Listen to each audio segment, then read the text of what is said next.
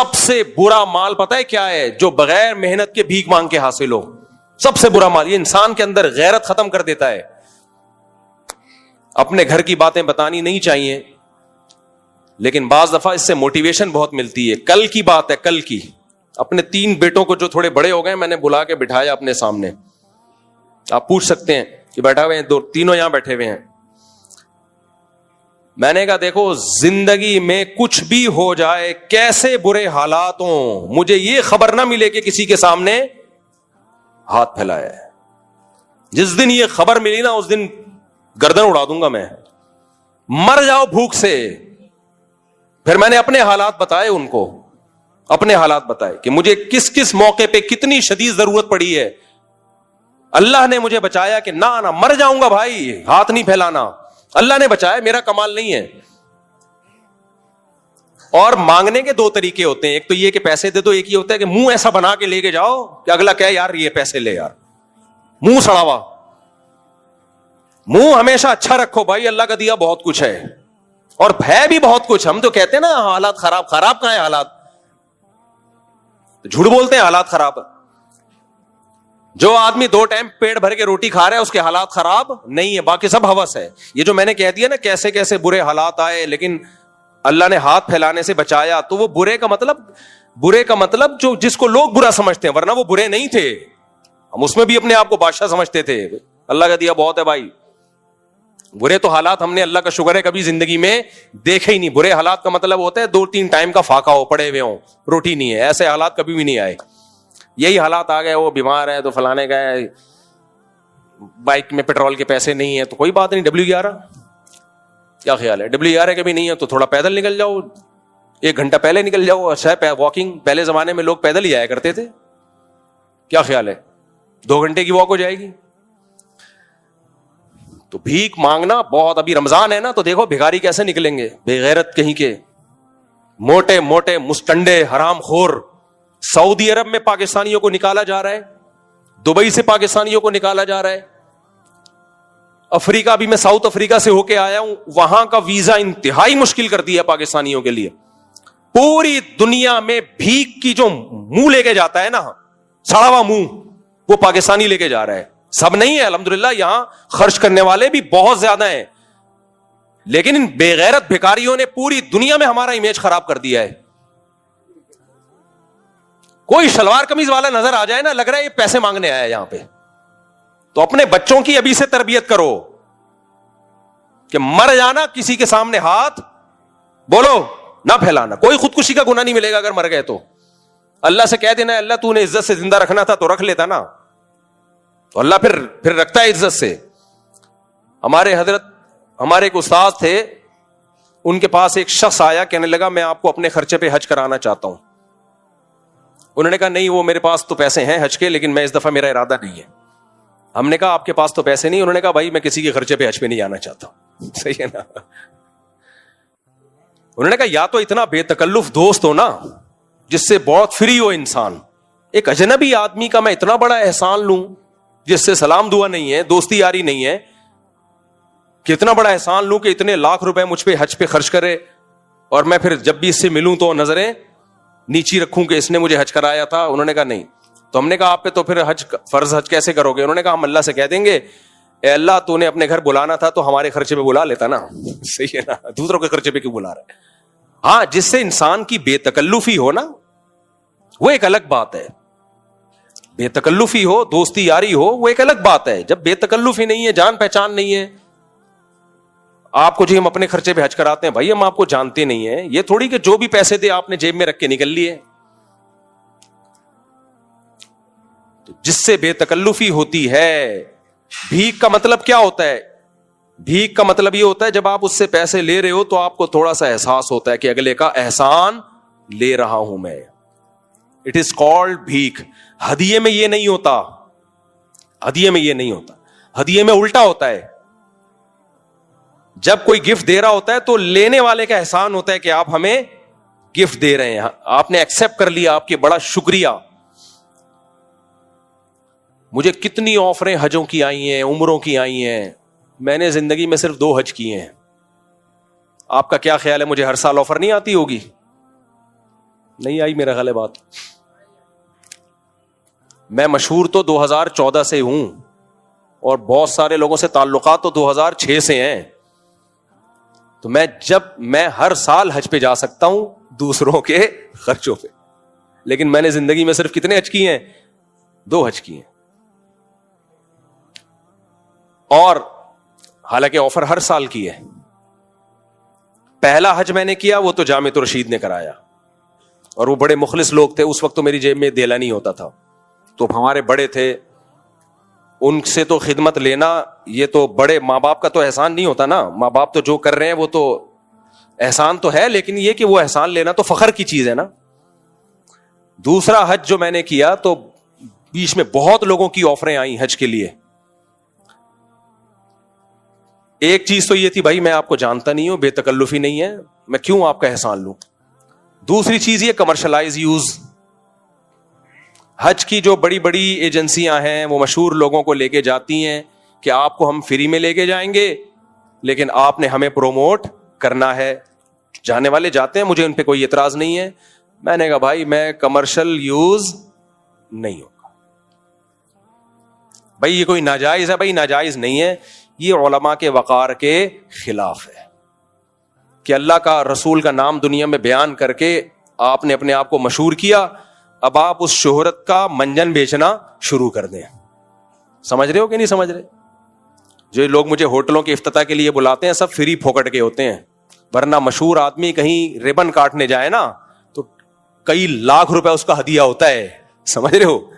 اور اگر مجھے کوئی کہہ دینا کہ آپ ہمارے ہوٹل کا افتتاح کرنے کے لیے آئے 25 لاکھ روپے آپ کو ملیں گے, اس کا مطلب قیامت تک کے لیے اس نے افتتاح کرنے پر پابندی لگا دی. اب میں نہیں کہوں گا,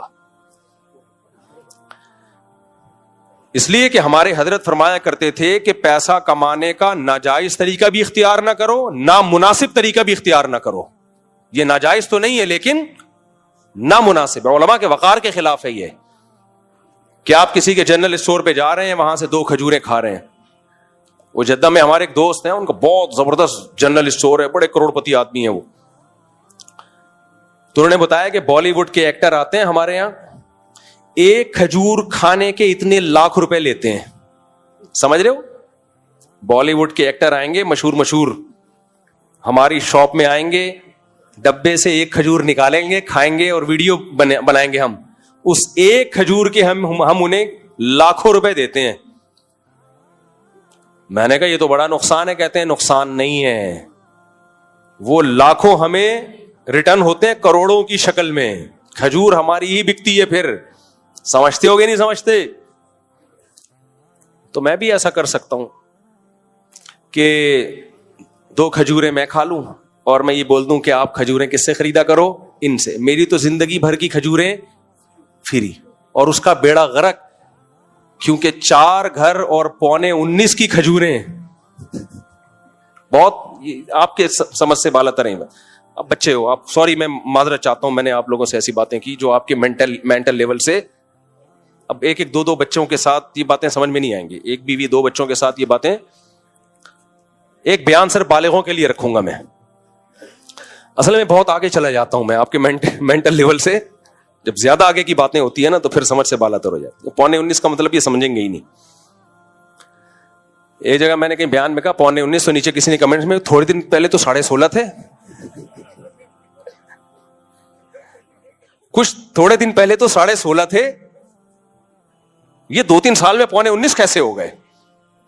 تو وہی بات ہے, نابالغ لوگوں کی سمجھ میں یہ باتیں 1 بیوی 1 2 نہیں آئیں گے سمجھ میں.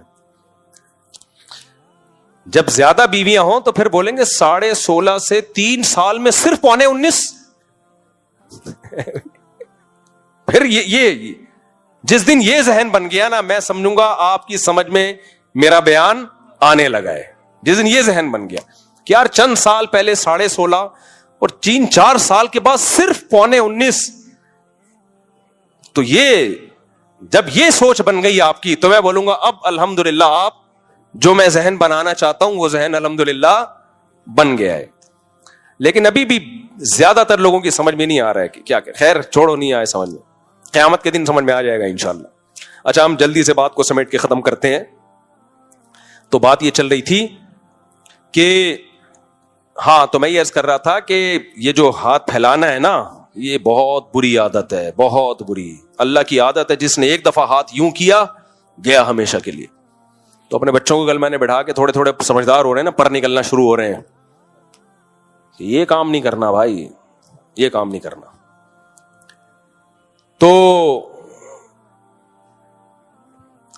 برداشت, ہاں میں عرض کر رہا تھا کہ اگر کسی مذہب کے ماننے والوں میں برداشت نہیں ہے, برداشت نہیں ہے, اللہ بچا کے رکھے ہمیں ہاتھ کو یوں پھیلانے سے, حالات بدلتے دیر نہیں لگتی. تو میں اللہ سے دعا مانگتا ہوں کہ اے اللہ تو نے آج تک ہاتھ ایسے نہیں کیا, آئندہ بھی بچا, اور کوئی آزمائش میں نہ ڈال ہمیں. جیسے کھلا پلا رہا ہے ایسے ہی کھلاتا پلاتا رہے, ہمیشہ سے کھلایا اب بھی کھلاتا رہے. ایسے حالات ہی نہ مانگا کرو اللہ تعالیٰ سے کہ لوگوں کے سامنے ہاتھ پھیلانے پڑے. تو میں یہ بتا رہا تھا کہ پوری دنیا میں پاکستانیوں کو بین کیا جا رہا ہے. وجہ کیا ہے؟ بھیک مانگ مانگ کے نا. ایک عربی کا واقعہ نہیں, ایک بیٹھا ہوا تھا پاکستانی حرم میں, تو ایک عربی نے آ کے نا اس کو نوٹوں کی گڈی تھمائی. تو وہ پاکستانی غیرت مند تھا, اس نے بولا بھائی میں کیوں مجھے پیسے دے رہا ہے, بے غیرت ہوتا تو رکھ کے نکل لیتا. چھوڑو یار کیا کرنا ہے. تو غیرت مند پاکستانی تھا, اس نے عربی کو بولا بھائی کیوں دے رہے ہو مجھے؟ اس عربی نے بولا زکات زکات. تو اس نے بولا میں زکات کا مستحق نہیں ہوں. پاکستانیوں میں جو سخی لوگ ہیں, بڑے خاندانی, مسجد نبوی میں آپ رمضان میں دسترخوان دیکھو, نام بھی پتہ نہیں ہوتا, بس اتنا پتہ ہوتا ہے کسی پاکستانی کا دسترخوان ہے یہ. تو ایسے غیرت مند بنو بھائی, تمہاری ملک کا نام دنیا میں روشن ہوگا. تو وہ کیا ہے کہ اس پاکستانی کو آگے دیے تو پاکستانی نے واپس کر دیے. ریال کی گڈی ویسے بھی بڑی زبردست گڈی ہوتی ہے, تو واپس کر دی. اس عربی نے بولا زکات رکھو. اس نے بولا بھائی میں غریب نہیں ہوں. اس نے کہا کہ نہیں رکھو رکھو رکھو. بولا بھائی میں غریب نہیں ہوں, میں زکات کیوں لوں یار, تیری زکات ادا نہیں ہوگی. اس نے کہا نہیں رکھو رکھو, زکات ہے زکات ہے. شلوار قمیض سے اس عربی نے پہچانا کہ یہ پاکستانی ہے. تو جو دیکھنے والا اس واقعے کو تھا اس نے مجھے بتایا کہ جب پاکستانی نے بار بار کہا نا کہ میں غریب نہیں ہوں تو مجھے کیوں دے رہا ہے, تو اس عربی نے بولا کلو پاکستانی غریب مسکین. غریب کو مسکین کہتے ہیں عربی میں. کلو پاکستانی مسکین, تیرے غریب ہونے کے لیے اتنا کافی ہے کہ تو پاکستانی ہے, رکھ. تو یہ پاکستانیوں کا دنیا میں ایک تصور ہے, اور یہ الحمدللہ کچھ ہمارے حکمرانوں نے بنایا, کھا کھا کے ملک کو الحمدللہ کنگال کر دیا. اور کچھ ہمارے پاکستانی بھائی ہیں جو دنیا میں جہاں بھی, مذہبی لوگوں میں تو بہت ہے, میں نے تو امریکہ کینیڈا کے واقعات بتائے آپ کو, اپنے میرے ساتھ جو کچھ ہوا ہے, پتہ ہی نہیں چلتا یہ کمبخت بلا کیوں رہا ہے. مخلص لوگ بھی ہیں اس میں. تو اسلام آپ کو برداشت سکھاتا ہے. برداشت میں یہ کہ لوگوں کے سامنے ہاتھ نہ پھیلاؤ, دینا سیکھو, لینا نہ سیکھو. اسی برداشت میں ہے کم کھانا. جبکہ ہم نے مذہب کو تبدیل کر دیا, مذہبی لوگ آپ کو لڈو کھانے والے, حلوے مانڈے کھانے والے, رسگلے کھانے والے اتنے ملیں گے کہ اب اگر کوئی مولوی بیچارہ میٹھا نہیں کھاتا لوگ حیران ہوتے ہیں, یار آپ کیسے مولانا صاحب ہو, آپ رسگلہ نہیں کھا رہے. لوگ حیران ہوتے ہیں, بھائی یہ مولانا صاحب ہیں یہ میٹھا ہی نہیں کھا رہے, یہ مولانا صاحب ہیں یہ بکرا نہیں کھا رہے. تو یہ عجیب سا ہو گیا ہے. تو یہ ان لوگوں کا قصور ہے جنہوں نے مذہب کو غلط رخ بنا کے پیش کیا ہے. تو اللہ تعالی ہمیں انسان کا بچہ بنانے کے لیے کہ تمہاری کنٹرولنگ پاور بڑھے, تمہیں اپنے آپ پہ کنٹرول کرنا آئے, تو رمضان میں ایک پریکٹس کرائی جاتی ہے کہ کمبختو کچھ کھانے پہ ہاتھ روکنا سیکھو. لیکن ہم سے بڑا ڈھیٹ اس کائنات میں کوئی پیدا نہیں ہوا. آپ رمضان سے پہلے اپنا وزن کرو اور چاند نظر آنے کے بعد آپ اپنا وزن کرو. آپ اگر رمضان سے پہلے 70 کلو کے تھے تو چاند رات کو 170 کلو کے ہو چکے ہو گئے. آپ سمجھ آ رہی ہے؟ چاند رات کو کتنے ہو چکے ہو گئے؟ 170 کے. کیونکہ جو کیفیت اس وقت چل رہی ہوتی ہے نا ہماری افطاری میں, دسترخوان ہمارے شر سے بچ جائے. یہ بس میں نہیں ہوتا کہ پکوڑوں کے ساتھ ہم پلیٹیں بھی کھا جائیں. میں نے خود رول سموسوں پہ ایک گھر میں لڑائی دیکھی ہے, اچھے خاصے کھاتے پیتے لوگ. آپ کو کیا پتا کس کا تذکرہ ہو رہا ہے؟ شور شرابہ ہوا افطاری کے ٹائم پہ, مار کٹائی ہو رہی ہے. ابے ہوا کیا ہے؟ رول کم پڑ گئے تھے. تو مجھے پتا چلا کہ رول کا بہت بڑا رول ہے سولو صفائی میں. رول کا بہت بڑا, رمضان میں دسترخوان پہ رول کا بہت بڑا رول ہے سب کو جوڑنے میں. اس لیے اتنے رول منگوایا کریں کہ سب کے لیے کم سے کم 2 تو آئیں. سمجھ رہے ہو؟ اگر پیسے نہیں ہیں تو پھر منگوائے ہی نہیں. تو بھائی رمضان میں ایک کام کر لو, کم کھانے کی عادت ڈال دو. کیا کر لو؟ ہاں, ایک اہم بات, یہ میڈیکل سائنس کا ٹاپک ہے, یہ میرا ٹاپک ہے نہیں, لیکن کچھ میڈیکل سائنس کی باتیں ایسی ہیں جو متفقن علیہ ہیں, یعنی سب ڈاکٹر کہتے ہیں, تو مجھے بیان کرنے میں وہ حرج نہیں ہے. اس کے لیے کوئی راکٹ سائنس نہیں چاہیے. کم کھانے کا مطلب کیا ہے؟ کھانے کی کوالٹی بڑھاؤ, کوانٹٹی نہیں بڑھاؤ. کیا بڑھاؤ کھانے کی؟ بولو, کوالٹی. ہم کوانٹٹی کو فوکس کر رہے ہیں, اتنا کھا گیا. صحیح ہے نا؟ یہ اللہ نے بہترین موقع دیا ہے کہ رمضان میں آپ کھانے کی کوانٹٹی کے بجائے کیا بڑھا دیں؟ کوالٹی بڑھ. گوشت, انڈے, یہ چیزیں کھائیں زیادہ. ڈرائی فروٹ, جو مالدار لوگ ہیں وہ ڈرائی فروٹ کھا سکتے ہیں, گوشت انڈے زیادہ کھا سکتے ہیں. وہ جو غریب لوگ ہیں تو ایسی سستی خوراکیں بھی ہیں جو کوالٹی کے لحاظ سے بہت اچھی ہیں. 3 چیزیں کم کریں, روٹی, چاول اور یہ جو تلے ہوئے آلو ہوتے ہیں نا, تلی ہوئی چیزیں, ان کو کم کریں. جبکہ ہم رمضان میں یہ چیزیں بڑھا دیتے ہیں. تو یہ چیزیں کم کریں. اب ماہرین آج کل انڈوں کے بارے میں کیا کریں؟ آپ 5-6 انڈے بھی کھا لو, کچھ نہیں ہوتا روزانہ. اور انڈا سستی خوراک ہے, غریب آدمی بھی کھا سکتا ہے. انڈے بڑھائیں اپنی خوراک میں. دیسی انڈے مل جائیں تو نور اللہ نور. ہم نے تو 50 مرغیاں پالی ہوئی ہیں الحمدللہ. تو دیسی انڈے بڑھائیں اپنی, تلے ہوئے نہیں ہو, دیسی انڈے بڑھائیں اپنی. اب یہ تو آپ کو ڈاکٹر پلان بنا کے دے گا کیا کھانا ہے. میں تو آپ کو یہ بتا دیتا ہوں کیا نہیں کھانا ہے. افطاری میں شربت. بولو, دیکھو نبی نے جب موٹاپے کو ناپسند کیا ہے تو ہر وہ چیز جو موٹاپا پیدا کرے نبی اس کو پسند کریں گے یا ناپسند کریں گے؟ آپ کہہ سکتے ہو صاحب یہ شربت وربت یہ آپ کا ٹاپک تھوڑی ہے. جب کنٹرولنگ پاور ختم ہوتی ہے نا تو ہر جگہ سے ختم ہوتی ہے. جو پھوڑتا پھاڑتا ہے نا زیادہ, وہ ہر چیز میں آگے ہوگا.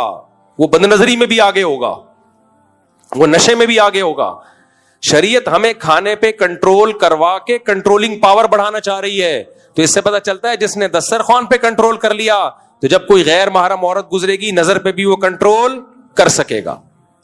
نیند چھوڑ کے فجر کی نماز پڑھ سکے گا. وہ ہر چیز میں کنٹرول, جو کھانے پہ کنٹرول کر لیتے ہیں نا تو ہر برائی سے بچنا ان کے کنٹرول میں ہوتا ہے. اور جس کم بخت کا دسترخوان پہ کنٹرول نہیں ہے تو کوئی بھی گناہ دیکھ کے بھی اس کو کنٹرول نہیں ہوتا, پھر وہ بھاگتا ہے اس گناہ کے پیچھے. تو اپنی صحت کا بھی خیال کرو میرے بھائی. اس رمضان میں اللہ نے بہترین موقع دیا ہے کہ انسان کے بچے بن جاؤ. بھینس لوگ, ہم لوگ بھینس نہیں ہیں, ہم لوگ کیا ہے؟ ایک واقعہ سنا کے بیان ختم کرتا ہوں. دیکھو ڈاکٹر لوگ بولتے ہیں, ڈاکٹر لوگ کیا بولتے ہیں, تجربے سے ثابت ہے یہ چیز, پیکنگ کی ہر چیز کو گھر سے نکال دو. کوئی بھی چیز جو کمپنی بنا کے دے رہی ہے, کتنی اچھی ہو, کتنے اس کے خوبصورت اس پہ لیبل ہو, وائٹامن سی کے آ رہے ہیں نا ڈبے. ایک ڈاکٹر سے میں نے پوچھا, اس نے بولا اس میں وائٹامن سی کے علاوہ سب کچھ ہے, اس میں صرف سی ہے, یہ والا سی ہے لکھا ہوا. پتہ نہیں کس کس پروسیس سے گزارا جا رہا ہے ان کو. تو جس چیز پہ انسانی ہاتھ نے تصرف کر لیا نا اس سے اپنے آپ کو بچاؤ. ڈبے کی کوئی چیز نہیں کھاؤ, جتنی اچھی کمپنی ہو. ڈبے کی طرف وہ جائے میرے بھائی جو جس کو صحت کا بیڑا غرق کرنے کا. لوگ میں نے دیکھا ہے وہ جہاز میں جب میرے بہت سفر ہوتے ہیں تو وہ لوگ نا ایئر ہوسٹس سے مانگتے ہیں وائٹامن سی, وہ جو ہے نا جوس سنگترے کا وائٹامن سی ہے اس میں, وہ لے آؤ. اس میں وائٹامن سی نہیں ہوتا. ٹھیک ہے, اسے جس پروسیس سے گزارا جاتا ہے, وائٹامن سی اتنی نازک, نرم و نازک چیز ہے کہ وہی ہے کہ وہ ایک کانچ کے جیسے برتن ہوتے ہیں نا, ایک بورے میں لے کے ایک صاحب کانچ کے برتن لے کے جا رہے تھے, تو ایک صاحب کو عادت تھی ہر چیز کو ٹھوکر مار کے پوچھتا کہ یہ کیا ہے. تو اس بیچارے نے بورا نیچے رکھا, سیٹھ صاحب نے ٹھوکر مارا کہ اس میں کیا ہے, اس نے کہا ہے نہیں, تھا. کانچ کے برتن ہے, اب ٹھوکر لگایا, اب تو تھا نا, اب تھوڑی ہے. تو وائٹامن سی بھی ایسی چیز ہے کہ ذرا سا کوئی آپ نے ہیٹ دے دی اس کو, یا تھوڑا سے کچھ کوئی کیمیکل ڈال دیا, تو وائٹامن سی ڈبے پہ جب لکھا تھا اس وقت تھا. ٹھیک ہے نا, اب کیا ہے, اب نہیں ہے. تو وہ مجھے ہنسی آ رہی ہوتی ہے, وائٹامن سی سمجھ کے پی رہا ہے اس کو نا, پیسے بھی خرچ کر رہا ہے, تو گلا اس سے فوراً بیٹھ جاتا ہے, ایسیڈیٹی فوراً شروع. میرے تو گلا بہت سینسیٹیو ہے, میں نے جب کوئی پیکنگ کی چیز, ڈبے کی چیز خرید کے پیے, یا فوراً گلا بیٹھا ہے, فوراً پیٹ میں محسوس ہوا ہے کہ تیزابیت بڑھ گئی ہے. نیچرل چیزیں صبح شام کھاتے پیتے رہو, کچھ بھی نہیں ہوتا. یہ آپ دیکھ لو, یہ جو سیب کا مربع ہے نا, بازار سے خرید کے کھاؤ, آپ ایک سیب کھاؤ گے آپ کو جلن شروع ہو جائے گی. کل کوئی جاننے والے قبلہ حکیم تھے, انہوں نے میرے لیے سیب کا مربع بھیجا, بڑا 3 سیب کھا گیا میں ایک ہی ٹائم. اللہ بچائے, کم کھانے کی باتیں کر رہا ہوں. کچھ ایسا زبردست ہضم ہوئے, کیونکہ وہ ایک قابل اعتماد آدمی نے خود بنایا اپنے ہاتھوں سے. تو کمپنی تو اس کو سیو کرنے کے لیے پتہ نہیں کیا کیا ڈال رہی ہے. تو ڈبے کی چیزوں سے اپنے آپ کو اور اپنے بچوں کو بولو بچاؤ. چینی بھی ڈبے کی چیز ہی ہے, سمجھ رہے ہو, چینی بھی کوئی کھانے والی چیز نہیں ہے. شہد کی عادت ڈالو میرے بھائی, شہد کے پیسے نہیں ہیں, گڑ کھا لو, گڑ. اور گڑ بھی آج کل کیمیکل والا آ رہا ہے, اس کو بھی جب تک جا کے گنا لے کے خود پکا کے نہیں بناؤ نا, یقین نہیں آتا, یا کوئی بہت زیادہ قابل اعتماد ہو. خیر یہ ایک الگ ٹاپک ہے. تو جو چیزیں ہم کھا رہے ہیں وہ صحت کو نقصان پہنچا رہی ہیں, اپنی خوراک کو ٹھیک کرنے کی ضرورت ہے. جب آپ کا کنٹرول ہوگا تو خواہشات میں ہر جگہ آپ کا کنٹرول ہو جائے گا. بس آخری واقعہ سنا کے بیان ختم کرتا ہوں. شاید حضرت مولانا قاسم نانوتوی رحمۃ اللہ علیہ کا واقعہ ہے. یہ میں آپ کو بتا رہا ہوں کہ اسلام کیا چاہتا ہے آپ سے, اسلام کیا چاہتا ہے, اسلام کا مزاج کیا ہے. مولانا قاسم نانوتوی کا کسی ہندو پنڈت سے مقابلہ ہوا, مناظرہ. تو اس ہندو پنڈت نے کہا کہ دیکھو اسلام سچا دین ہے, یہ ہندو مذہب سچا دین ہے. اس کا ایسے پتا چل جائے گا کہ یہ ایک دیگ رکھی ہوئی ہے نا کھانے کی, میں پوری دیگ کھا لوں گا اور نہیں مروں گا. آپ بھی ایسی ایک دیگ کھا کے بتاؤ. بھائی انسان کے بس میں ہے دیگ کھانا, لیکن وہ ہندو پنڈت نے اس لیے کہا کہ میں پوری دیگ کھا جاؤں گا کہ بس یہ ایک معجزہ ہوگا, یہ اس کی علامت ہوگی کہ پوری دیگ میں نے کھا لی اور پیٹ میں اسپیس اتنی سی ہے, پھر بھی وہ دیگ مختلف کھانچوں میں پہنچ گئی اور میں نہیں مرا. اس کا مطلب بھگوان کس کے ساتھ ہے, میرے ساتھ. کہ اتنا بڑا میں نے کارنامہ سر انجام دیا, پوری دیگ کھا گیا اور پھر بھی نہیں مرا. تو یہ معجزہ ہوگا, یہ چمتکار ہوگی, اور یہ اس کی علامت ہوگی کہ یہ بھگوان کس کے ساتھ ہے, بولو میرے ساتھ. اور آپ دیکھ کھاؤ, میں گارنٹی سے کہتا ہوں آپ مر جاؤ گے. یہ اس کی علامت ہوگی کہ بھگوان آپ کا ساتھ نہیں دے رہا. اب مولانا قاسم نانوتوی تھے غالباً, یا کوئی اور بزرگ تھے میرا خیال ہے, نام ذہن سے کسی نے نیٹ پہ لکھ کے بتایا بھی تھا, پھر میں بھول گیا. اب وہ بیٹھ گئے بیچارے سر جھکا کے نا, لوگوں نے تالیاں بجانا شروع کر دیں. یہ تو ہار گئے بھائی, ان کے بس کا نہیں ہے. اس کا مطلب بھگوان کس کے ساتھ ہے, ان کے ساتھ ہے, ان کے بس میں نہیں ہے بھائی. یہ نہیں. کافی دیر سوچ بچار کے نا انہوں نے سر اٹھا کے کہا کہ دیکھو بھائی, ایکچولی بات اصل میں یہ ہے کہ دیگیں کھانا انسانوں کا کام نہیں ہے, بھینسوں کا کام ہے. بھینس کو جب ہم چارہ ڈال کے دیتے ہیں تو پلیٹ میں دیتے ہیں یا اتنے بڑے دیگڑے میں دیتے ہیں. کبھی آپ نے دیکھا 3 لڈو بھینس کے سامنے, آپ نے, بھینس بولے گی میرے ساتھ کیا مذاق کر رہا ہے بھائی تو. تو یہ جو اتنی بڑی بڑی دیگیں کھانا, یہ بھینسوں کا کام ہے, یہ انسانوں کا کام نہیں ہے. انسان میں اللہ نے خواہشات کو کنٹرول کرنے کی طاقت رکھی ہے. میں 1 ہفتہ کھائے پیے بغیر رہ کے دکھاتا ہوں, تو بھی 1 ہفتہ رہ کے دکھا. سمجھ میں آ رہی ہے بات؟ میں 1 ہفتہ کھانے اور پینے پہ کنٹرول, مجھے پیاس لگے گی نہیں پیوں گا پانی, بھوک لگے گی کھانا نہیں کھاؤں گا. تو بھی 1 ہفتہ یہ کر کے دکھا دے. جس نے کر لیا اس کی علامت اس کا دین سچا ہے. تو اسی وقت مناظرہ ہار گیا اس نے. نہیں ہو سکتا بھائی. تو اب آپ کو اسلام کا فلسفہ سمجھ میں آیا؟ جو کھائے پیے بغیر گزارا کر لے وہ اچھا مسلمان ہے. جس کمبخت کو ایک دن کا ناشتے کا ناغہ ہو جائے اور پاگلوں کی طرح سر دیوار پہ کوٹنے لگے, پھوڑنے لگے. ہم جب چھوٹے بچے تھے, جب گھر میں آتے تھے, مجھے اپنے اسکول کا زمانہ یاد ہے کہ جب گھر میں آتے تھے پوچھتے تھے کیا پکا ہے. اگر ہماری اماں نے کہہ دیا نا ابھی پکنے میں آدھا گھنٹہ باقی ہے, کھانا پک رہا ہے آدھا گھنٹہ, میں پلیٹیں اٹھا اٹھا کے پڑوسیوں کے یہاں پھینکتا تھا. سمجھ رہے؟ اور ایسے دروازہ نہیں یوں پکڑتا تھا, دوڑ کر کے مارا. دروازہ یوں لے کر گئے, بڑا زبردست طریقہ ہے یہ. دروازہ کھولا, لکڑی کا دروازہ, پھر دوڑ کر کے مارا اس کو. اس سے ایک آواز آتی تھی. یہ ہمارے احتجاج کا طریقہ ہوتا تھا. پلیٹ اٹھا کے دیوار پہ مار رہے ہیں, دوڑ دوڑ. تو بچوں پہ یہ چیزیں سوٹ کرتی ہیں. بچپنا تھا نا, کیا خیال ہے؟ بچے اس طرح کی ضد کریں, کھانا نہیں ملا, جوتے اٹھا اٹھا کے مار رہے ہیں. وہ الگ بات ہے کہ پھر ہر ایکشن کا ری ایکشن ہوتا ہے. میں نے یہ تو بتایا کہ میں کیا کرتا تھا, آگے میں یہ نہیں بتا رہا کہ میرے ساتھ میری اماں کیا کرتی تھی. پھر یہ تھوڑی بتا رہا ہوں میں. ہم تو جو پلیٹ نے دھاڑ دھاڑ کری وہ غصہ آ رہا ہے. تو بچپن میں تو ٹھیک ہے, کیا خیال ہے؟ بچپن میں ٹھیک ہے. یہ بچے تو ہوتے ہی بھائی, ان کو چیز نہ, لیکن جب انسان بڑا ہو جاتا ہے تو پھر اس کی کنٹرولنگ پاور بولو بڑھنی چاہیے. اس کھانا مل گیا ٹھیک ہے, نہیں ملا بھوکا رہو, کوئی مسئلہ نہیں ہے. ہمارے نبی صلی اللہ علیہ وسلم گھر آتے, آپ نے کیا فرمایا کہ میں نے اللہ سے دعا مانگی کہ اللہ ایک وقت کھلا, ایک وقت بھوکا رکھ مجھے, تاکہ جب کھاؤں تو شکر ادا کروں, نہ ملے تو کیا کروں, صبر کروں, صبر کا ثواب حاصل کروں. ہم تو اللہ سے دعا مانگتے ہیں, اللہ تیرے نبی کا حوصلہ تو بہت بلند تھا, ہمیں صبر والی زندگی نہیں, ہمیں تو خوشیوں والی زندگی چاہیے. ہمارا تو حوصلہ صبر کا نہیں ہے. میں بھی بیان کر رہا ہوں, لیکن ہو سکتا ہے مجھے ایک وقت کا کھانا نہ ملے تو ہو سکتا ہے یہ سارے بیان میرے دھرے کے دھرے وہیں رہ جائیں اور میں دوبارہ وہی ایکشن شروع کر دوں, پلیٹیں اٹھا اٹھا کے مارنا. تو لیکن اللہ سے ہمیں شکر مانگنا چاہیے. اگر کوئی آزمائش آ جائے تو بریکیں فیل نہیں ہونی چاہیے. مرے گا نہیں, بغیر کھائے اتنی جلدی مرتا نہیں ہے. کھا کے مرنا آسان ہے, بھوکا رہ کے مرنا بہت مشکل کام ہے, بہت مشکل. اللہ ہمیں سمجھنے کی عمل کی توفیق عطا فرمائے.